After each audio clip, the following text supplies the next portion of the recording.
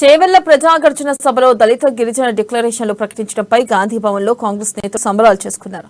దళిత Congress chairman Pritam, ఆదివాసీ Congress chairman Bellaiah నాయకులతో పాటు వందలాది మంది కార్యకర్తలు గాంధీ భవన్ కి చేరుకుని పెద్ద ఎత్తున సంబరాలు జరిపారు. చేవెళ్ల ఎస్సీ ఎస్టీ డిక్లరేషన్ కేవలం ట్రైలర్ మాత్రమేనని, కాంగ్రెస్ అధికారంలోకి వచ్చిన తర్వాత అభివృద్ధి అంటే ఏంటో చేసి చూపిస్తామన్నారు.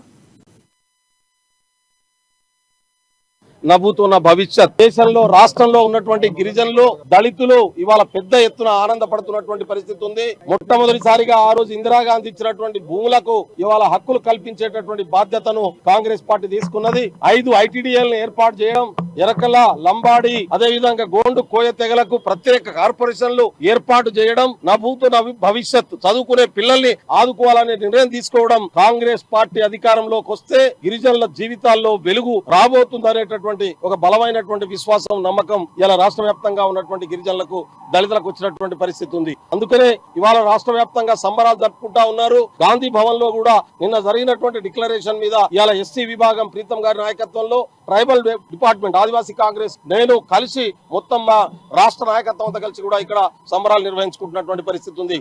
కేసీఆర్ గారు ఇవాళ సత్యవతి రాథోడ్ గారు మాట్లాడుతా ఉన్నారు ప్రెస్ మీట్ పెట్టి, దేశమంతా ఈ పథకాలని ప్రవేశపెడతారా అనేటటువంటి మాటను ఇవాళ గిరిజన శాఖ మంత్రి గారు మాట్లాడతారు.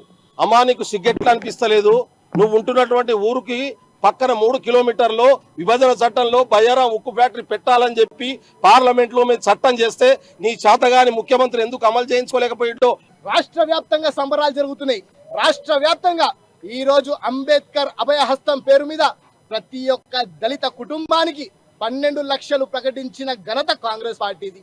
ఇళ్ల జాగ్రత్తతో పాటు ఇల్లు నిర్మాణం కూడా ఈ రోజు ఈ డిక్లరేషన్ లో ప్రకటన. పూర్తి స్థాయిగా ఈ రోజు దళిత గిరిజనులలో పూర్తి స్థాయిగా పండగ వాతావరణం ఈ రోజు రాష్ట్ర వ్యాప్తంగా నెలకొన్నది.